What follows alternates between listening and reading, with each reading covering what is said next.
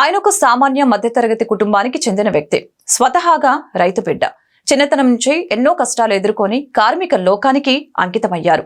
కార్మికుడిగా కాకుండా వారికి నాయకుడిగా ఉంటే మరింత సేవ చేయగలనని తలంచి నేడు కార్మిక నేతగా ఎదిగిన APSRTC national Mazdoor unity association రాష్ట్ర కార్యదర్శి వై శ్రీనివాసరావుతో జీటీవీ స్పెషల్ ఇంటర్వ్యూ. ఒక సాధారణ రైతు కుటుంబంలో జన్మించి చిన్నప్పటి నుంచి ఎన్నో కష్టాలు ఎదుర్కొని తన విద్యాభ్యాసాన్ని కూడా పూర్తి చేసుకుంటూ కుటుంబ పోషణ తన భుజాల మీద వేసుకుని ఒక సాధారణ యూనియన్ లో సాధారణ గుమస్తాగా పనిచేస్తూ పెద్దల దగ్గర మన్నలను పొంది ఒక కండక్టర్ గా ఉద్యోగాన్ని పొందిన తర్వాత ఎన్ఎంయు యూనియన్ లో ఒక ప్రధాన పాత్ర పోషించిన తర్వాత ఈరోజు ఆయన రాష్ట్ర ప్రధాన కార్యదర్శిగా అవతరించారు. ఆయనే వై శ్రీనివాసరావు గారు. మన జీటీవీ ఈరోజు ప్రత్యేక కార్యక్రమంలో ఆయనతో ఇంటర్వ్యూ చేయబోతుంది. మనం ఆయన దగ్గర ఉన్నాం. ఆయన జన్మదినాన్ని పురస్కరించుకుని మన ఛానల్ నుంచి ఆయనకి ఇది ఒక గిఫ్ట్ కింద ఇద్దామని కూడా అభిప్రాయంతో ఈ ఇంటర్వ్యూస్ చేస్తున్న పరిస్థితి కనిపిస్తుంది. సార్ నమస్కారం. సార్ నమస్తే సార్. ఎలా ఉంది సార్? ఎలా ఉంది అసలు యూనియన్ పరిస్థితులు ఏ విధంగా ఉన్నాయి? ఫస్ట్ ఆఫ్ ఆల్ అసలు ఒక సాధారణ మధ్యతరగతి కుటుంబంలో జన్మించినటువంటి వై శ్రీనివాసరావు గారు ఈ రోజు ఈ స్థాయికి చేరడానికి ఎన్నో కష్టాలు పడ్డారని స్పష్టంగా తెలుస్తున్నారు. ఆ కష్టాల గురించి ఒకసారి మా ప్రేక్షకులకి. ముందుగా మరి జన్మదినాలు పురస్కరించుకుని జీటీవీ తరపున మరి ప్రత్యేక ఇంటర్వ్యూకి నాకు అవకాశం ఇచ్చినటువంటి జీటీవీ అధినేతలకి, జీటీవీ ప్రేక్షకులకు అందరికీ కూడా ప్రత్యేకమైనటువంటి శుభాకాంక్షలు, అభినందనలు తెలియపరుస్తున్నాను.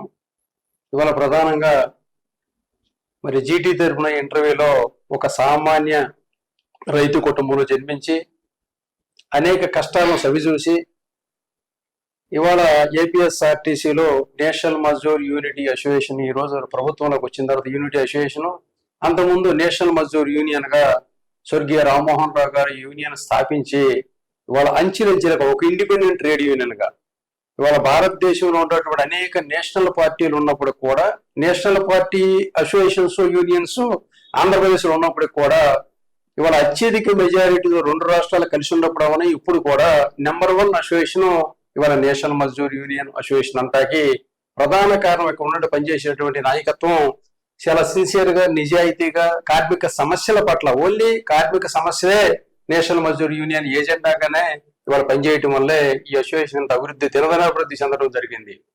మరి ముఖ్యంగా మరి నా ప్రస్థానం చూస్తే మరి చిన్న కుటుంబంలో అనేక కష్టాలు చూసినటువంటి నేను అనేక ఇబ్బందులతోనే ఇవాళ ఏపీఎస్ఆర్టీసీలో మరి కండక్టర్ గా జాయిన్ అవ్వటం, దానికి ముందు ఎన్ఎంఈ అసోసియేషన్ లో ఒక గుమస్తాగా జాయిన్ అయ్యి ఆ తర్వాత కండక్టర్ గా రావటం, కండక్టర్ వచ్చిన తర్వాత మరి ఒక డిపో స్థాయిలో సామాన్య నాయకుడిగా మరి ప్రారంభించి డిపో కార్యదర్శిగా, మరి జిల్లా కార్యదర్శిగా, రాష్ట్రంలో రాష్ట్ర జాయింట్ సెక్రటరీగా, ఇవాళ రాష్ట్ర ప్రధాన కార్యదర్శిగా రావటం అంటే ఇంత వేలాది మంది కార్మికులకి వారి కుటుంబ సభ్యులకి మరి సేవ చేసే భాగ్యం కలిగిందంటే నిజంగా నా పూర్వజన సుకృతం, నా తల్లిదండ్రులు పోసేసుకున్న పుణ్యమే ఇవాళ ఇంతమందికి సేవ చేసే భాగ్యం కలిగింది నాకు.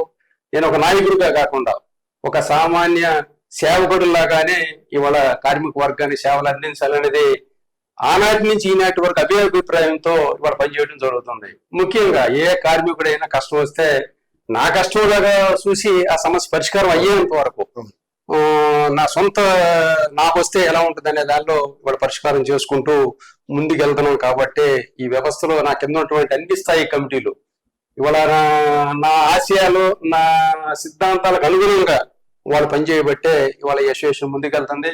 ముఖ్యంగా యూనియన్ వ్యవస్థాపకులు స్వర్గీయ రామ్మోహన్ రావు ఒక 9 మందితో స్టార్ట్ చేసినటువంటి అసోసియేషన్ అనేక కష్టాలు, అనేక ఇబ్బందులు, అనేక మంది నాయకులు సస్పెన్షన్ రిమూవ్ గురై యాజమాన్యానికి సమస్య మీద ఎదురెళ్తే సస్పెన్షన్ రిమూవ్ గురై కూడా ఎక్కడ వెనక్కి తగ్గకుండా ఇవాళ యూనియన్ నిలబెట్టడం వల్లే ఒక ఇండిపెండెంట్ అసోసియేషన్ గా ఈ స్థాయిలో రావడం జరిగింది. అసలు శ్రీనివాసరావు గారు చిన్నతనం బాల్యమంతా ఎక్కడ కొనసాగింది? ఫస్ట్ ఏంటంటే ఒక రైతు కుటుంబం అని చెప్పి అందరికీ తెలిసిన విషయం, కానీ రైతు కుటుంబంలో కూడా చాలా కష్టాలు ఎదుర్కొనే నేపథ్యాలు ఉంటాయి చాలా. మీరు ఎటువంటి కష్టాలు ఎదుర్కొన్నారు? మీ బాల్యం ఎక్కడ జరిగింది? అదేవిధంగా మీ విద్యాభ్యాసం ఎక్కడ జరిగింది? ఎంతవరకు చదువుకున్నారు? కండక్టర్ ఉద్యోగం వచ్చిన తర్వాత మీ వివాహ దాంపత్య జీవితం గురించి కూడా మా ప్రేక్షకులు. ఇవాళ నేను కోసువారిపల్లి అనే చిరు గ్రామం అంటే అవనగడ్డ మండలం కృష్ణా జిల్లాలో ఒక పల్లెటూరులో జన్మించడం జరిగింది. నా విద్యాభ్యాసం మా తాతగారి ఇంట్లోనే కొత్తపేటలో 1వ తరగతి నుంచి 5వ తరగతి దాకా తరగతి వరకు తిప్పపాలెం గ్రామంలో చదువుకోవడం జరిగింది. 5 నుంచి 7 వరకు కొత్తపేట గ్రామంలో చదువుకోవడం జరిగింది. 7 నుంచి 10 వరకు అవనగడ్డ హై స్కూలు, ఇంటర్మీడియట్ కూడా అవనగడ్డ హై స్కూల్లో చదవడం జరిగింది. డిగ్రీ విశాఖపట్నం వచ్చిన తర్వాత మరి విశాఖపట్నంలో డిగ్రీ పూర్తి చేయడం జరిగింది. నాకు 2 అన్నదమ్ములు, 2 తమ్ముళ్ళే నాకు, నేనే పెద్దవాడిని. కుటుంబంలో మరి వ్యవసాయం అంటే తెలియంది ఏముంది. ఈనాటి వరకు కూడా మా తల్లిదండ్రులు కూలి పని చేస్తూ వ్యవసాయం చేస్తూ ఇవాళ మమ్మల్ని పోషించడం, ఆ తర్వాత నుంచి మరి కుటుంబంలో ఆ రకంగా పైకి రావడం, తద్వారా ఉద్యోగం సంపాదించడం.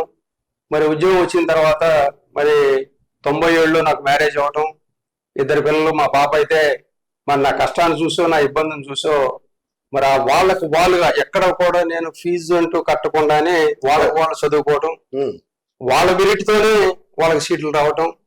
మరి ఎంబీబీఎస్ కూడా ఫ్రీ సీట్ ఆంధ్ర మెడికల్ కాలేజీలో మా పాపకి మరి ఎంబీబీఎస్ సీట్ రావటం, ఎంబీబీఎస్ కంప్లీట్ అయిపోవటం, అది కూడా ఫస్ట్ క్లాస్ లోనే, అన్ని కూడా ఫస్ట్ క్లాస్ లోనే. మా బాబు కూడా అన్నిట్లో కూడా ఫస్ట్ క్లాస్ లోనే చదువుకోవడం. ఇప్పుడు ఇంజనీరింగ్ 3rd ఇయర్ చదువుతున్నాడు. కేవలం నేను రోజు పడేటువంటి ఇబ్బందులు పరిస్థితులను చూసి వాళ్ళ మట్టికి వాళ్ళు స్వతహాగా ఏనాడు నేను పిల్లలు ఏం చదువుతున్నావు, ఎక్కడికి వెళ్ళావు, ఎక్కడికి వచ్చావు అని అడిగింది ఈ రోజు వరకు అయితే లేదు. వాళ్ళ మట్టికి వాళ్ళే, వాళ్ళ అమ్మ ప్రోత్సాహంతోనూ వాళ్ళ మట్టికి వాళ్ళే చదువుకోవడంతో వాళ్ళు కూడా స్వతహాగా వాళ్ళ మేరకు వాళ్ళ కాళ్ళ మీద నిలబడాలని దీంతోనే ఇవాళ చదువుకోవడం జరుగుతుంది. ఆ రకంగా నా ఫ్యామిలీ దీనిలోకి వచ్చినప్పటికి ఇప్పుడు కూడా నా జీతం, నా బడ్జెట్, నా ఎంతవరకు ఆ మేరకు మాత్రమే నేను ప్లానింగ్ చేసుకుని నడుస్తూ ఉంటాను. ఆ ప్లానింగ్ లోనే ఇక అసోసియేషన్కి వస్తే, అసోసియేషన్ లో చాలా ఒడిదుడుకులు వచ్చినప్పుడు కూడా ఏనాడు ఇవాళ అసోసియేషన్ బిగ్గెస్ట్ అసోసియేషన్ గానే ఏపీఎస్ఆర్టీసీ లో నా ముందున్నటువంటి పెద్దలందరూ తయారు చేసి మాకు అప్పచెప్పడం జరిగింది. ఇవాళ నేను అంచెలంచెలుగా ఎదిగి రాష్ట్ర విభజన తర్వాత అంతకుముందు 2 స్టేట్లు కలిసి ఉండగా స్టేట్ జాయింట్ సెక్రటరీగా పనిచేయడం జరిగింది. కంబైన్డ్ స్టేట్ సంబంధించి విభజన అయిన తర్వాత మరి దాదాపు ఈ రాష్ట్రంలో అన్ని వేల మంది ఉన్నప్పటికీ నాయకులు మరి నన్ను గుర్తించి నన్ను ప్రధాన కార్యదర్శి చేయటం అంటే మరి నిజంగా నేను ఏనాడో కార్మికులకు చేసిన సేవ గుర్తించి నాకు ప్రధాన కార్యదర్శి రావడం అంటే ఆషామాషి. అది ఇంత పెద్ద అసోసియేషన్ లో ఒక మెంబర్ గా ఉండటమే అదృష్టం అనుకునే అసోసియేషన్ లో ప్రధాన కార్యదర్శి స్థాయిలో పనిచేయడం అంటే ఆషామాషి విషయం కాదు.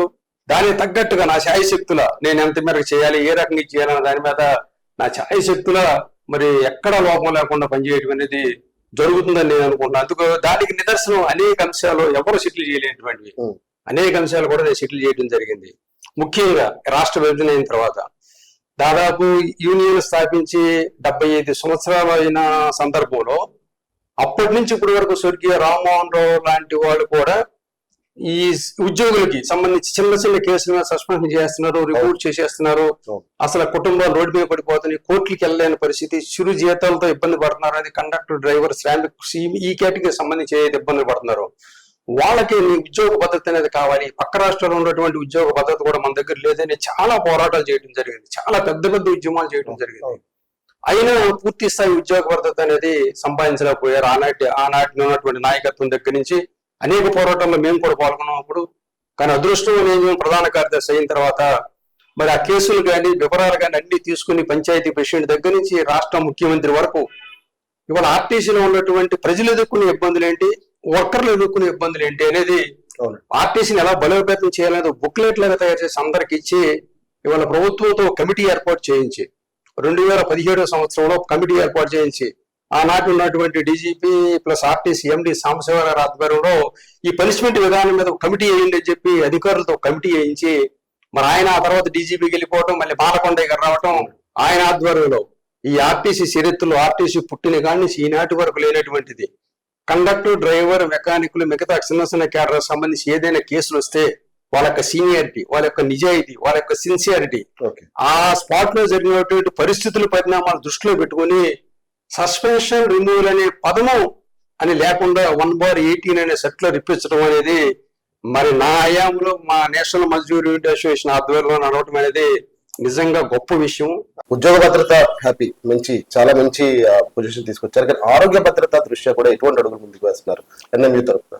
ఏపీఎస్ఆర్టీసీలో ఎన్ఎంఈ ఆధ్వర్యంలోనే ఒక కండక్టర్ ఏ ప్రభుత్వంలో లేనటువంటిది, దేశంలో ఉన్నటువంటి ఏ ప్రభుత్వంలో కానీ ఈ రాష్ట్రంలో ఉన్న ప్రభుత్వ ఉద్యోగులు కూడా లేనటువంటిది స్వర్గీయ రామ్మోహన్ రావు ఒక ఆర్టీసీ వర్కర్తో డబ్బులు రికవర్ చేసి ఒక హాస్పిటల్ ప్రిపేర్ చేసి, ఆర్టీసీ పరంగా హాస్పిటల్ ప్రిపేర్ చేసి వన్ టైం కింద, ఆ తర్వాత రికవరీ అనేది లేకుండా కార్మికుల భద్రత ప్రభుత్వ బాధ్యత, యాజమాన్య బాధ్యత అని చెప్పి ఈ ఆర్టీసీలో అసలు ఒక సామాన్య కండక్టర్ శ్రామిక్కి ఒక కిడ్నీ రీప్లేస్మెంట్ కావాలన్నా, లివర్ రీప్లేస్మెంట్ కావాలన్నా ప్రభుత్వంలో సీలింగ్ 2 lakhs, మాక్సిమం 4 lakhs. కానీ ఆర్టీసీలో 50 లక్షలు అయినప్పుడు కూడా అసలు ఆర్టీసీ మేనేజ్మెంట్ డైరెక్ట్ చేస్తే చాలు టోటల్ ట్రీట్మెంట్ అంతా సూపర్ స్పెషాలిటీ హాస్పిటల్ తో చేయించే విధంగా సర్క్యులర్ తీసుకొచ్చి అమలు చేయించినటువంటి యూనియన్ ఎన్ఎంఈ అసోసియేషన్ మాత్రమే. అమలు అవుతుందండి పరిపూర్ణంగా. అయితే గవర్నమెంట్ లోకి వచ్చిన తర్వాత మీరు ప్రభుత్వ ఉద్యోగులు అయ్యారు కాబట్టి ఏహెచ్ఎస్ అని చెప్పి దాన్ని ఆపేయడం జరిగింది. ఇప్పుడు మేము కోరుకునేది గత గవర్నమెంట్ కి రిప్రజెంటేషన్ ఇచ్చాం, ప్రభుత్వంలోకి వచ్చిన తర్వాత ఇప్పుడు గవర్నమెంట్ కూడా రిప్రజెంటేషన్ చేయడం జరిగింది. మన రవాణా శాఖ మంత్రి దృష్టికి తీసుకెళ్ళడం జరిగింది. మాకుండా ఇబ్బంది, ప్రభుత్వ ఉద్యోగులకు ఇబ్బందికి మాకుండా ఇబ్బందికి తేడా ఏంటంటే వాళ్ళు ఆఫీస్కి వెళ్ళి క్యారేజీ ప్లస్ వాటర్ కూడా ఎక్కడ ఫిక్స్డ్ టైం ఫిక్స్డ్ ఇది ఉంటుంది అలాగే. కానీ మాకు ఏ రోజు ఏ డ్యూటీకి వెళ్తామో తెలియదు, ఎక్కడ తింటామో తెలియదు, ఎక్కడ తాగుతామో తెలియదు, ఎక్కడ ట్రాఫిక్ ఆగిపోతే తెలియదు.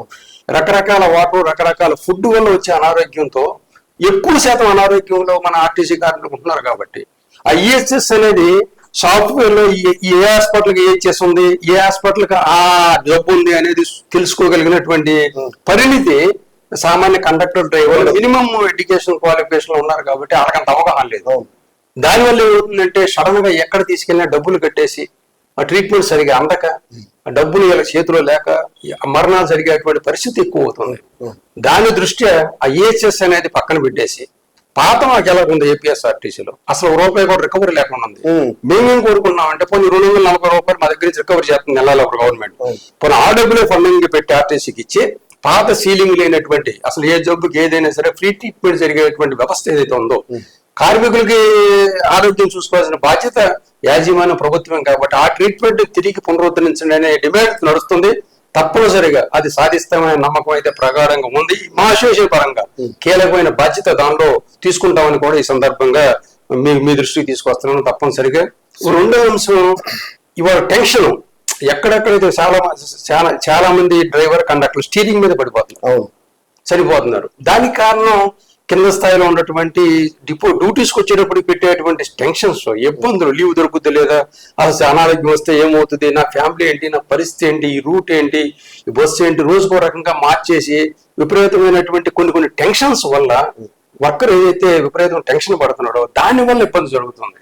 ఆ ఇబ్బందిని తొలగించడానికి ఈ ఏదైతే పనిష్మెంట్ విధానంలో కానీ వర్కర్ రిసీవ్ చేసుకునే విధానంలో గతంలో ఎంటీస్ ట్రైనింగ్ క్లాసులు పెట్టారు.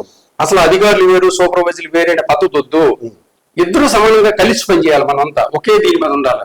ఆ రకంగా అయితే ఇంకా ఎర్నింగ్స్ బాగా పెరుగుతాయి, కమిటెడ్ గా పనిచేస్తారనే ట్రైనింగ్ క్లాస్ వల్ల రిజల్ట్ వచ్చి ఆదాయం కూడా పెరిగింది. అప్పుడు ఇవాళ ఆ రకమైనటువంటి పరిస్థితి ఆగింది కాబట్టి ఆ టెన్షన్స్ కి అవకాశం ఇవ్వకుండా సూపర్వైజర్లు అధికారులు వర్కర్ అనే భేదాభిప్రాయం లేకుండా కలిసి పనిచేసే విధంగా మనం ఉంటే ఆటోమేటిక్ ఈ టెన్షన్స్ తగ్గటం వల్ల ప్రాణాపాయం నుంచి కాపాడుకుంటానికి అవకాశం ఏర్పడుతుందని ఇప్పుడున్న ఎండీ గారి దృష్టికి కూడా తీసుకెళ్లడం జరిగింది. సరిపోయినంత సిబ్బంది ఏపీఎస్ఆర్టీసీలో లేని కారణంగా కూడా ఇటువంటి ప్రెజర్స్ ఎక్కువగా పడుతున్నాయి. ఎందుకంటే ఓవర్ డ్యూటీలు చేయడం వల్ల ఇటువంటి ప్రమాదాలు జరుగుతున్నాయని కూడా ప్రజలందరూ చెప్తున్న పరిస్థితి కనిపిస్తుంది సార్. ఈ 1120 తర్వాత నుంచి గవర్నమెంట్ లోకి వచ్చినాక రిక్రూట్మెంట్ అనేక సార్లు గత ప్రభుత్వం దగ్గరికి ఫైల్ పంపించినప్పటికీ రిక్రూట్మెంట్ పర్మిషన్ ఇవ్వకపోవడం, సరిపోయిన పిల్లలకు కూడా చాలా లేటుగా రిక్రూట్మెంట్ జరగటం, దీనివల్ల వేకెన్సీస్ బాగా ఎక్కువ వచ్చేసినాయి. అప్పటికే షార్టేజ్ ఉండే, ఆ షార్టేజ్ ఇంకా పెరిగిపోయింది. ఇప్పుడు ఆన్ కాల్ డ్రైవర్స్ అని వస్తున్నారు. ఎంత ఆన్ కాల్ డ్రైవర్స్ తీసుకొచ్చినా ఆర్టీసీ డ్రైవర్ ఉన్నటువంటి ట్రైనింగ్ కానీ, మెడికల్ ఫిట్నెస్ కానీ, మెడికల్ చెకప్ కానీ వాళ్ళకి చేయటకుండా మా దగ్గర 6 నెలలకు ఒకసారి చెకప్ ఉంటుంది, 1 yearకి ఒకసారి చెకప్ ఉంటుంది. ఏజ్ ని బట్టి ప్రజల ప్రాణాలకి నమ్మి ఏపీఎస్ఆర్టీసీ అంటేనే భద్రత కూడినటువంటి ప్రయాణం అనే ప్రగాఢమైన నమ్మకంతో ప్రజలు మా దగ్గరికి వచ్చి ఎక్కేదానికి వాళ్ళకి భరోసా కల్పించే విధంగా మరి ముఖ్యంగా డ్రైవర్స్ ఎఫిషియన్సీ ఉండాలి. ఆ దిశలో డ్రైవర్ రిక్రూట్మెంట్ జరగకపోవడం వల్ల మరి ఖాళీలు వచ్చినట్టు డ్యూటీలు బస్సులు ఆపలేక డబుల్ డ్యూటీలు చేయించడం, Yes. కండక్టర్ షార్టేజ్ వల్ల డబుల్ డ్యూటీ చేయించడం వల్ల ఇంకా ఒత్తిడి పెరిగి అవును. ఇంకా అనారోగ్యం అవటం. ప్లస్ రెండోది డ్యూటీ మీద డ్యూటీ చేయటం వల్ల అంత ఎఫిషియన్స్ గా చేయటం కూడా ఓపిక ఉండదు వర్కర్ దగ్గర. అంతే. తద్వారా కూడా ఇబ్బంది అయ్యే పరిస్థితి ఉంటది. కాబట్టి మళ్ళీ రిక్రూట్మెంట్ కి కొత్త గవర్నమెంట్ వచ్చిన తర్వాత కూడా మొన్న ఆర్టీసీ ఎండీ గారితో మాట్లాడితే టోటల్ వేకెన్సీస్ అన్ని పెట్టి పర్మిషన్ మేము పెడతాం, మీరు కూడా మాట్లాడమని చెప్పున్నారు. ప్రయాణికులకు మెరుగైన సేవలు అందించే విధంగా మరి నిర్ణయాలు అటు ప్రభుత్వం దగ్గర నుంచి మేనేజ్మెంట్ దగ్గర నుంచి జరగాల్సి ఉంది. 18-19 దాకా వేకెన్సీస్ ఉన్నాయి, అవన్నీ భర్తీ చేయాల్సి ఉంటుంది. అవన్నీ భర్తీ చేయాల్సింది ఉంది. ఈ ప్రభుత్వం కూడా మరి ఎవ్రీ ఇయర్ ఒక 2 lakhs దాకా మేము భర్తీ చేస్తామని ఏదైతే హామీ ఇచ్చి ఉన్నారో హామీలో భాగంగా మా దగ్గర ఉన్నటువంటి వేకెన్సీస్ ఏదైతే ఉండో సత్వరం ఎంత ఫాస్ట్ గా మాకు పర్మిషన్ ఇచ్చి భర్తీ చేస్తే ఇప్పుడు టీచర్స్ ఎసెన్షియల్ అని మెగా డిఎస్సి పర్మిషన్ ఇచ్చింది గవర్నమెంట్. అలాగే ఏపీఎస్ఆర్టీసీలో కూడా తక్షణ రిక్రూట్మెంట్ కి అవకాశం ఇస్తే ఈ సంస్థ మరింత ముందుకెళ్ళటానికి ప్రయాణికులు మెరుగైన సేవలు అందించడానికి ఉపయోగపడుతుంది అనేది మీ ద్వారా విజ్ఞప్తి చేస్తాం. గతంలో చంద్రబాబు నాయుడు గారితో కూడా చాలా పరిచయాలు, చాలా వరకు మీరు మాట్లాడడం కూడా జరిగిందని మాకు తెలుసు. చంద్రబాబు నాయుడు గారి దృష్టికి కూడా ఏపీఎస్ఆర్టీసీ సమస్యలు కూడా చాలా వరకు తీసుకెళ్లారు. ఉమ్మడి ఆంధ్ర రాష్ట్ర వ్యవస్థలో కూడా ఏపీఎస్ఆర్టీసీని బలోపేతం చేయడంలో కూడా చంద్రబాబు నాయుడు గారు చూసినటువంటి కీలక అభిప్రాయాలు కూడా మీరు అందరూ కూడా తీసుకోవడం జరిగింది. అవన్నీ అమలు అయ్యాయి సార్, లేదంటే మళ్ళీ ఎక్కడేసిన గోమలు అక్కడే విధంగా ఉండే అవకాశం ఉందా? ఏం లేదు, ఈసారి మాత్రం తప్పనిసరిగా. గతంలో మరి చంద్రబాబు నాయుడు గారు స్వయంగా మా వజ్రోత్సవాల కార్యక్రమాన్ని పిలవటం, ఆయనే స్వయంగా చీఫ్ గెస్ట్ గా అటెండ్ అవ్వటం, వేలాది మంది కార్మికులు ఉద్దేశించి ఆయన ప్రసంగించి ఆర్టీసీని బలోపేతం చేయడానికి హామీ ఇవ్వడం జరిగింది. కొన్ని సూచనలు ఆయన దృష్టికి తీసుకెళ్లడం జరిగింది. ఇవాళ ఈ ప్రభుత్వం వచ్చిన తర్వాత తప్పనిసరిగా మాకు న్యాయం జరుగుద్ది అనేది ప్రగాఢమైన నమ్మకం ఉంది. ఎందుకంటే ఆయనకి ఆర్టీసీ మీద అవగాహన ఉంది కాబట్టి ఆయన అంతకుముందు ఆర్టీసీ గురించి అనేక దఫాలుగా మరి మేము మా అసోసియేషన్ తో మీటింగ్స్ అవ్వటం కానీ డిస్కషన్స్ అవ్వటం కానీ జరిగి ఉన్నాయి. ముఖ్యంగా ఇవాళ మేము కోరుకునేది, ఇవాళ రాష్ట్ర ముఖ్యమంత్రిగా బాధ్యతలు చేపట్టిన తర్వాత రోజుకి దాదాపు 50 లక్షల మంది సుమారు ప్రయాణికులతో మమేకమైనటువంటి సంస్థ ఇది. ప్రభుత్వం చేసేటువంటి మంచి పనులు మా ద్వారా ప్రజల్లోకి విస్తృతంగా ప్రచారమైనటువంటి పరిస్థితులు ఈ సంస్థను బలోపేతం చేయాల్సినటువంటి ఆవశ్యకత ఉంది. దాంతో పాటు సంస్థలో పనిచేసేటువంటి సిబ్బంది ఎవరైతే ఉన్నామో మా సంక్షేమం చూడాల్సిన బాధ్యత కూడా ఈ ప్రభుత్వం మీద ఉంది. మేము ముఖ్యంగా కోరుకునేది, ప్రభుత్వంలో విలీనం చేశారు. విలీనం చేయటం వల్ల మాకున్నటువంటి చాలా హక్కులు కోల్పోవడం జరిగింది. గతంలో ఏపీఎస్ఆర్టీసీలో ఉన్నటువంటి ఎలవెన్సెస్ కానీ, ఇన్సెంటివ్స్ కానీ, స్కీమ్స్ కానీ రకరకాలైనవి మేము కోల్పోవడం జరిగింది. ఇందులోకి వచ్చింది ఎందుకు, 3-4 వేల పెన్షన్ తో మా ఫ్యామిలీ రిటైర్ అయిన తర్వాత 30-40 సంవత్సరాలు సేవ చేసి డ్రైవర్ కండక్టర్లుగా రిటైర్ అయ్యి 5,000 కన్నా పెన్షన్ రానటువంటి పరిస్థితుల్లో ప్రభుత్వం విలీనం చేస్తే ప్రభుత్వ ఉద్యోగుల్లాగా మాకు కూడా ఆ పెన్షన్ వస్తే 25,000-30,000 పెన్షన్ వస్తే రిటైర్ అయిన తర్వాత మా ఫ్యామిలీలు హ్యాపీగా ఉంటాయి, మా మెడికల్ ఖర్చులకి అన్నిటికీ ఉపయోగపడద్దు అనే ఉద్దేశంతో మేము ప్రభుత్వంలో వచ్చిన ప్రధానమైనటువంటి ఆకాంక్ష అది మాకు. కానీ ఆకాంక్ష మాకు నెరవేరలేదు ఇప్పుడు దాకా. ఎందుకంటే రకరకాల కారణాలు చెప్పి దాన్ని ఫైనల్ చేయలేదు వరకు. మాకు మేము కోరుకునేది ఈ ప్రభుత్వాన్ని. ఇప్పుడు మాకు గవర్నమెంట్ లోకి వచ్చినాక మాకు ఏం చూసినా ఇంక్రిమెంట్ కానీ మిగతా ఏ కార్యక్రమం చేసినా మా డేట్ ఆఫ్ అపాయింట్మెంట్ ని ఫిక్స్ చేసుకునే చేస్తున్నారు. మాకు డేట్ ఆఫ్ అపాయింట్మెంట్ ఫిక్స్ చేసుకుంటే మేమేం కొత్తగా జాయిన్ అవ్వాలి. దాదాపు అందరం 25-30 సంవత్సరాల ముందు పనిచేసిన వాళ్ళమే, ఈ మినిమం 20 సంవత్సరాల ముందు పనిచేసిన వాళ్ళమే. అందరం కూడా పాత జీవో ప్రకారం ఓల్డ్ పెన్షన్ కి అర్హులు అవుతాం. ఆ పెన్షన్ ఈ ప్రభుత్వం మాకు ఇప్పించాలనేది మేము ప్రధానంగా మరి ఈ రాష్ట్ర ప్రభుత్వాన్ని కోరిన దాంట్లో ప్రముఖమైన డిమాండ్. రెండవ డిమాండ్ ఆరోగ్యానికి సంబంధించి ఈహెచ్ఎస్ ఏదైతే ఉందో ఆ ఈహెచ్ఎస్ నుంచి పెట్టి మాకు ఆర్టీసీ పూర్వ వైద్యం ఏదైతే ఉందో దాన్ని కల్పించాలన్నది రెండో డిమాండ్. మూడోది ప్రధానంగా ప్రయాణికులకు అవసరమైన బస్సుల సంఖ్య ఇమ్మీడియట్ గా తక్షణం కనీసం 4,000 బస్సులు కొనాల్సిన పరిస్థితుంది. ప్రభుత్వం గ్యారంటీ ఇచ్చే మరి ఆ లోన్ ద్వారా మేము బస్సులు కొనుక్కోగలిగితే ప్రజలకు మెరుగైన సేవలు అందుతాయి. ప్లస్ రెండోది కాలుష్య నియంత్రణ జరుగుతుంది. ఇప్పుడు నేను మరొక ప్రశ్న అడగబోతున్నాను. వై శ్రీనివాసరావు గారి భవిష్యత్ కార్యాచరణ ఏ విధంగా ఉండబోతుంది? ఏమైనా రాజకీయ అరంగేట్రం వైపు గాని వెళ్తున్నారా అన్నటువంటిది. ఎందుకంటే చాలా మంది ఉద్యోగ సంఘ నాయకులు చూస్తున్నాము, చాలా వరకు రాజకీయ పార్టీల వైపు మొగ్గు చూపించడము, పదవులు పొందడము, తద్వారా ఆ సంఘాలు కూడా న్యాయం చేయడం జరుగుతుంది. వై శ్రీనివాసరావు గారు ఏదైనా పార్టీలోకి అడుగుపెట్టే అవకాశం ఉందా? పెడుతున్నారని ఊహాగానాలు కూడా వినిపిస్తున్నాయి. ఎందుకంటే గతంలో కొన్ని వినిపించాయి, మళ్ళీ ఇప్పుడు ఈ ప్రభుత్వం వచ్చిన తర్వాత కూడా వినిపిస్తున్నాయి. అది నిజమా కాదా? అది ఎట్టి పరిస్థితుల్లో అసలు దానికి అవకాశమే లేదు. ఒక సామాన్య కార్మికుడు, మేము కార్మిక సేవ చేసుకుంటూ కొన్నాం తప్ప వేరేది కాదు. నేను నా సర్వీస్ ఇంకా 8 years ఉంది. ఈ 8 years సర్వీస్ లో ఏ పదవిలో ఉన్నా దేనిలో ఉన్నా కార్మికులు సేవ చేయటమే చేయం తప్ప ఆనాటి నుంచి ఈనాటి వరకు యూనియన్ స్థాపించిన వ్యవస్థాపకుల దగ్గర నుంచి ఈనాటి వరకు మా దగ్గర ఉన్నటువంటి నాయకత్వం ఎవ్వరూ రాజకీయం వైపు అడుగు పెట్టింది లేదు.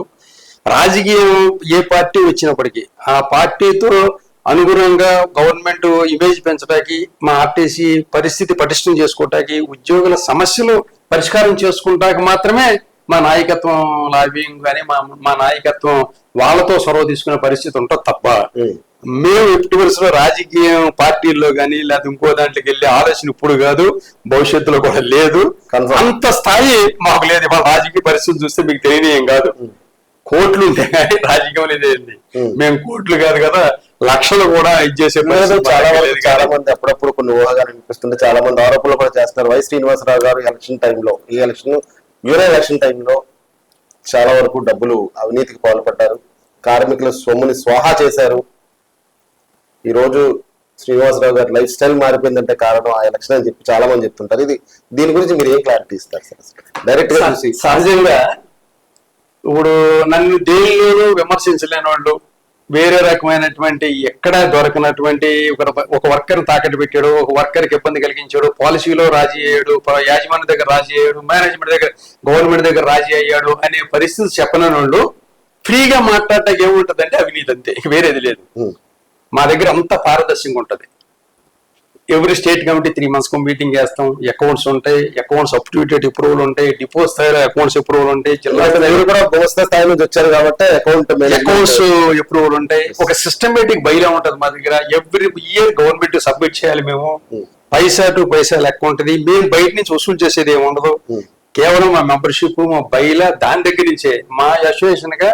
అసలు ఆ బయట చాలా అసోసియేషన్లు బయట పార్టీ ఫండ్లు కానీ మిగతా వాళ్ళ దగ్గర డొనేషన్స్ కానీ జరుగుతుంది. మేము ఎవరి దగ్గర బయటకు వెళ్ళి డొనేషన్స్ కానీ ఇంకోటి కానీ అసలు మాకు అలవాట్లేదు. ఏపీఎస్ఆర్టీసీ కార్మికులకి మీరు ఇచ్చే సూచనలు, సలహాలు డైరెక్ట్ ఇవాళ ప్రధానంగా మా అగ్ర నాయకత్వం స్వర్గీయ రామ్మోహన్ రావు దగ్గర నుంచి ఈనాటి వరకు సంస్థ ఒక కన్ను, కార్మికుల కన్ను, 2 కళ్ళుగానే మేము ఈ ఇండస్ట్రీలో నేషనల్ మజ్దూర్ యూనిటీ అసోసియేషన్ స్థాపించడం జరిగింది. ప్రధానంగా ఏపీఎస్ఆర్టీసీ బాగుండాలి. ఏపీఎస్ఆర్టీసీ బాగుండాలంటే కొత్త బస్సులు కొనాలి, తద్వారా రిక్రూట్మెంట్ జరగాలి, యంగ్ జనరేషన్ రావాలి. వాళ్ళ దాదాపు 55-60 సంవత్సరాల మెకానికులు ఏం గేర్ బాక్స్ ఎక్కగలుగుతారో, ఏం టైర్లు ఇప్పగలుగుతారో, ఏ రకమైన పరిస్థితి ఉంటుంది. రిక్రూట్మెంట్ లేకపోతే, యంగ్ జనరేషన్ లేకపోతే సంస్థ నిర్వీర్యమైన పరిస్థితుల నుంచి ముందుకు తీసుకురావటానికి మా శాయశక్తుల రిక్రూట్మెంట్, కొత్త బస్సులు కొనే దాంట్లో మా పాత్ర పోషిస్తాం. కమిటెడ్ గా ఇవాళ ప్రజానికానికి సేవ చేసే దాంట్లో అనునిత్యం, రాత్రనక పగలనక నిత్యం చేసే రవాణా వ్యవస్థలో మా సిబ్బంది ఎక్కడ కూడా వెనకం చేయకుండా, ఎన్ని కష్టాలు వచ్చినా, ఇదే విశాఖ జిల్లాలో ఆనాడు పాలిమర్స్, హిందూస్థాన్ పాలిమర్స్ కాలిపోయినప్పుడు కానీ, వివిధ మేజర్ సంఘటనలప్పుడు కూడా మిడ్-నైట్ 12 గంటల కల్లా వెళ్ళి అసలు డేరుగా సేవ చేసినటువంటి సంస్థ మేము. ఇవాళ కోవిడ్ లాంటి వ్యవస్థ వచ్చినప్పుడు, కోవిడ్ లాంటి మహమ్మారి లాంటి ఇది వచ్చినప్పుడు కూడా కోవిడ్ పేషెంట్లు కూడా మేము అంబులెన్స్ డ్రైవర్లుగా వెళ్ళి బస్సులు తీసుకెళ్లి రకరకాల ప్రయాణాలు చేసి మా ప్రాణాలు త్యాగం చేసి అందులో పనిచేసిన దాంట్లో నేషనల్ మజ్దూర్ యూనిటీ అసోసియేషన్ గా చాలా కీలక పాత్ర, సంస్థ ఇమేజ్ పెంచే దాంట్లో నిలబడటం జరిగింది.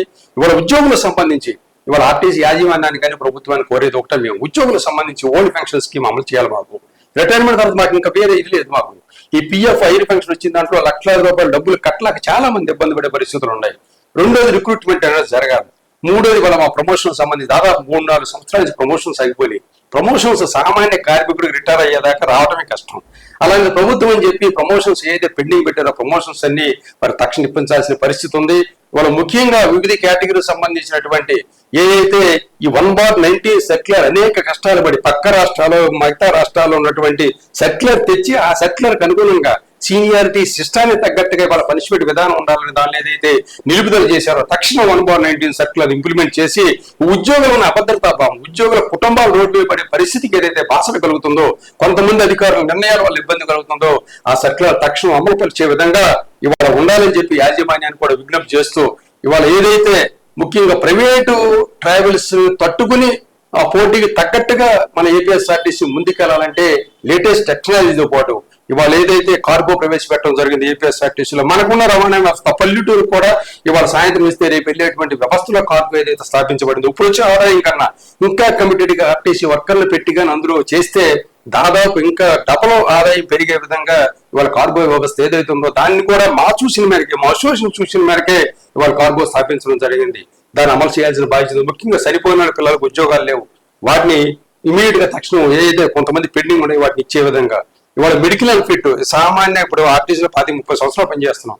ఇక అనారోగ్యం పెరాలసిస్ లాంటివి వస్తున్నాయి, హార్ట్ స్ట్రోక్ వస్తున్నాయి, కిడ్నీస్ వస్తున్నాయి, అప్పటికప్పుడు అన్ఫిట్ అని చెప్పి రోడ్డు మీద తోసేస్తే ఆ కుటుంబం ఎలా బతకాలో తీసేసుకోవాలి. ఆల్టర్నేటివ్ ఎంప్లాయ్మెంట్ ఇచ్చే విధంగా ఏపీఎస్ఆర్టీసీలో మెడికల్ అన్ఫిట్ అయిన వాళ్ళ సిబ్బందిని కూడా ఆదుకునే విధంగా ఈ యాజమాన్య ప్రభుత్వ చర్యలు ఉండాలని, దానికి తగ్గట్టుగా మా అసోసియేషన్ తరఫున యాజ్ రాష్ట్ర ప్రధాన కార్యదర్శిగా ఇన్ని వేల మందికి ఒక ఇండిపెండెంట్ అసోసియేషన్ గా నిలబెడుతూ ఇన్ని వేల మంది సంక్షేమాన్ని సేవని ఇవాళ ప్రభుత్వ ఇమేజ్ ని పెంచే విధంగా ఏపీఎస్ఆర్టీసీలో పనిచేయడం కాకుండా వారి సంక్షేమానికి సంబంధించి బాధ్యత గల అసోసియేషన్ గా ఎప్పటికప్పుడు సమస్యలు ప్రభుత్వం దృష్టికి యాజమాన్యం తీసుకెళ్లి పరిష్కరించే దాంట్లో అనునిత్యం ఒక నాయకుడిగా కాకుండా, ఒక జనరల్ సెక్రటరీ హోదా కాకుండా ఒక సామాన్య కార్మికుడికి సేవకుడు లాగానే పనిచేసే విధంగా ఈ ప్రధాన కార్యదర్శిగా ఉంటానని చెప్పి మీ ద్వారా మరొకసారి విజ్ఞప్తి చేస్తున్నాను. Thank you Srinivas garu. Thank you sir. ఇంకోసారి మళ్ళీ మీకు పుట్టినరోజు శుభాకాంక్షలు తెలుపుతాను. Thank you very much. Busy time కూడా మాకు కేటాయించారు, చాలా థ్యాంక్స్. Thank you sir. మీకు, మీ జీటీవీ సిబ్బందికి, థ్యాంక్ యూ సార్, జీటీవీ యాజమాన్యానికి, జీటీవీ ప్రేక్షకులకు అందరికి కూడా ఇలాంటి మంచి కార్యక్రమాలు చేస్తూ ఇలాంటి సామాన్యుల్లో ఉన్నటువంటి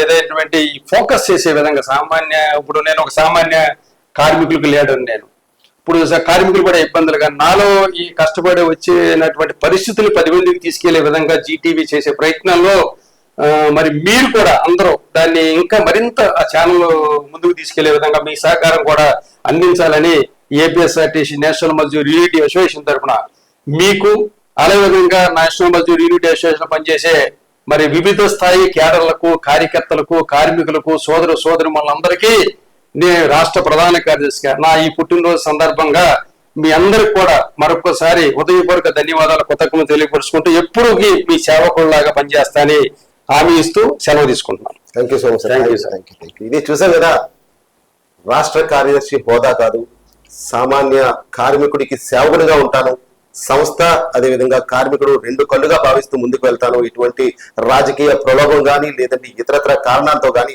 ఏనాడు కూడా కార్మికుడిని వదలను, ఎల్లప్పుడూ కూడా కార్మికుడి వెంటే ఉంటాను, ఆయన చేపట్టుకుని నడుస్తూనే ఉంటానని చెప్పినటువంటి వై శ్రీనివాసరావు గారి అంతరంగం.